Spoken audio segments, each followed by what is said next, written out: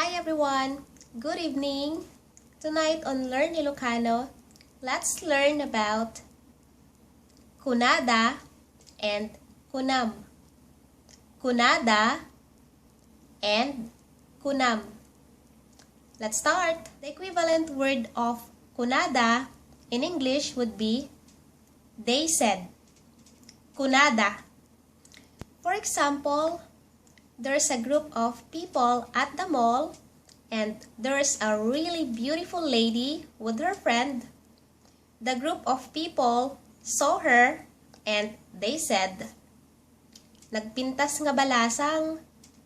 Nagpintas nga balasang. Or in English, "What a beautiful lady." And the lady noticed that the group of people is talking about her, but she didn't really get it, so she asked her friend and she said, "What did they say? Inya kunada? Inya kunada? What did they say?" And her friend whispered to her, "Napintas ka kunada. They said you're beautiful." And our next Ilocano word is kunam. Kunam. Kunam. Kunam. Kunam in English would be you say. Kunam. Use kunam if you mean to ask, "What did you say?" Inya kunam. Inya kunam. And for the video of the 5W questions in Ilocano, you can find the link below or click the suggested video above. Also use kunam if you want to tell someone or suggest someone what to say. Now, let's go back to our example.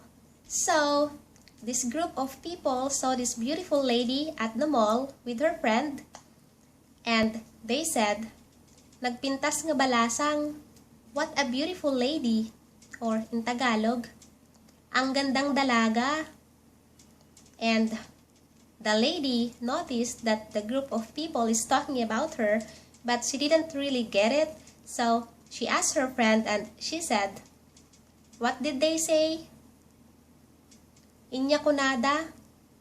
And her friend said, "Nagpintas ka kunada. They said you're beautiful."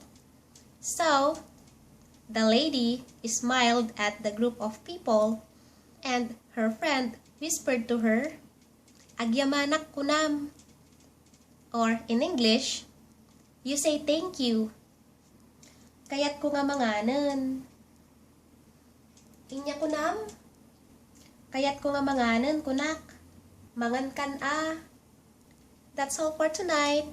Kunada and Kunam. So for another related video, Kunana and Kunak, you can find the video link below or the suggested video above. That's all for tonight. Good night.